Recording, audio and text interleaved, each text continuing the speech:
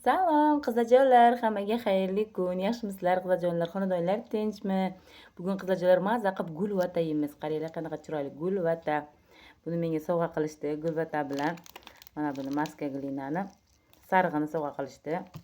Juda ham yoqimli. Gulvata yemagamga ancha oylar bo'lib ketdi. Hozir sizlarga yeb chiqish qilib beraman, asmir qilib beraman qizajonlar. Gulvata juda ham qattiq bo'lganligi uchun qizajonlar sizlarga ham sut bilan ichishni maslahat beraman. Sut bilan ichamiz. Chunki bu ichinglarda sirazi qotirib qo'yadi. Qizajonlar ehtiyot bo'lasizlar. Gulvata yeganda gulvata shunaqa ichni sirazi qotiradi. Ehtiyot bo'linglar. Ilohim shifo bo'lsin. Bismillahirrohmanirrohim.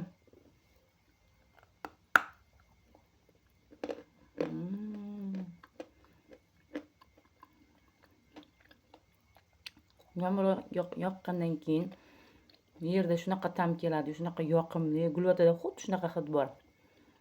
Yer hidi zo'r keladi qizajonlar. Tuzli.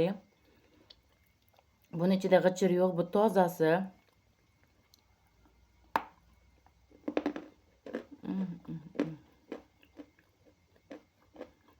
Bunaqa ta'mi zo'r.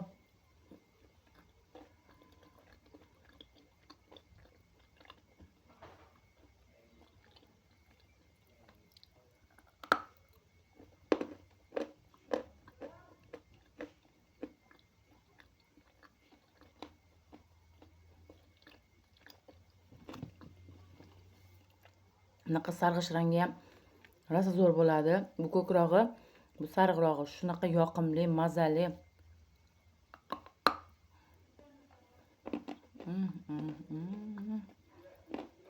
Ancha oylar bo'ldi yemaganimga. Endi yeyapman.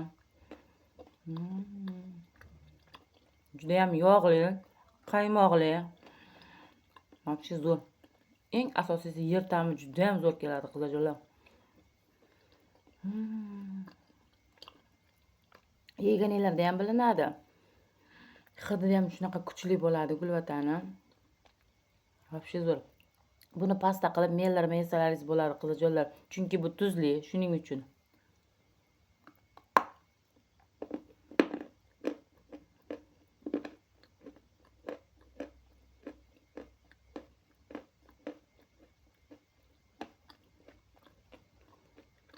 Bu juda ham qattiq bo'ladi odatda. Hozir bu ozgina nam holatda, shuning uchun bemalol tishlanyapti. No boshqa paytda bu o'zi aslida juda ham qattiq bo'ladi qizajonlar. Hozir namroq.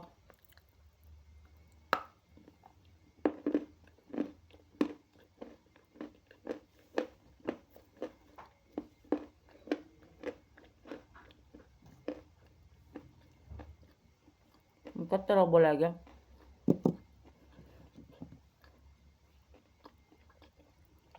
Rangi tindig'ini olinglar qizajonlar. Orasida qora-qora narsalari bo'lsa, toshi bo'ladi. Unaqalarni yeb bo'lmaydi. Ranglari tiniq, silliq bo'lsa, o'sha zo'r chiqadi. Ichida ham g'ichiri bo'lmaydi, rangi tiniqlarda.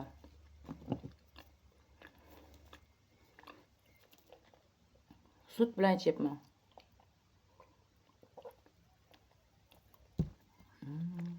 Juda ham mazali ta'mi.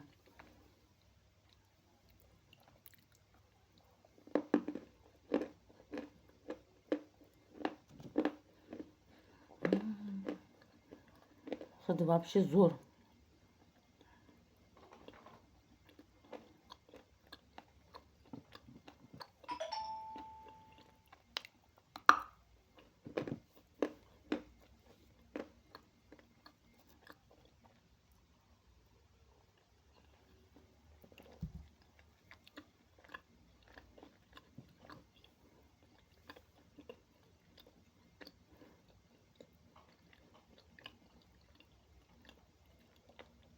Qaymoqli.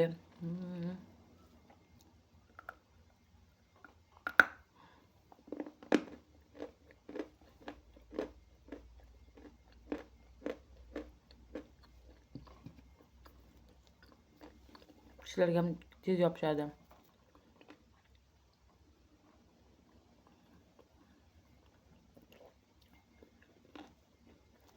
Yer ta'mini xohlovchilar uchun gulvata yaxshi.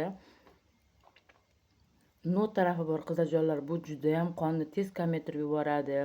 Shuning uchun kamroq yeyishga harakat qilinglar.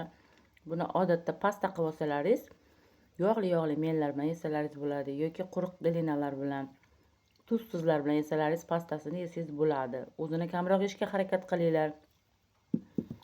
Gulvata juda ham zararli qizajonlar. Gulvata boshqa glinalarga qaraganda eng zararlisi shu. Sizlarga ham kamroq yeyishni maslahat qilaman. Lekin qiziqib yeb ko'rmanglar qizajonlar. Bularni umuman qiziqib yeb bo'lmaydi. Faqatgina organizm talab qilsagina yesalaringiz bo'ladi. Lekin talab qilmagan bo'lsa qiziqishga yeb bo'lmaydi qizajonlar. Bu o'ziga tez o'rgatuvchi mana shu gulvata bo'ladi. Birinchi qiziqib yeb ko'rgan odam bir marta, ikki marta yeb ko'rsa bo'ldi. Buni tashlash juda ham qiyin qizajonlar. Sizlarga maslahat bermayman qiziqib yeb ko'rishni. Uni oldindan yeb yurgan bo'lsalaringiz, ozroq yeb yursalaringiz bo'ladi, lekin qanaqa ekan deb qiziqib yeb ko'rmanglar. Juda ham ko'p yopishib qoldi. Bugun ketadi qizajonlar, chunki buni ko'p yeb bo'lmaydi. Ilohim yeganim shifo bo'lsin, sizlarga ham shifo bo'lsin. Hammanglarga e'tiborlar uchun kattakon rahmat qizajonlar. O'zinglar ehtiyot qilib yuringlar.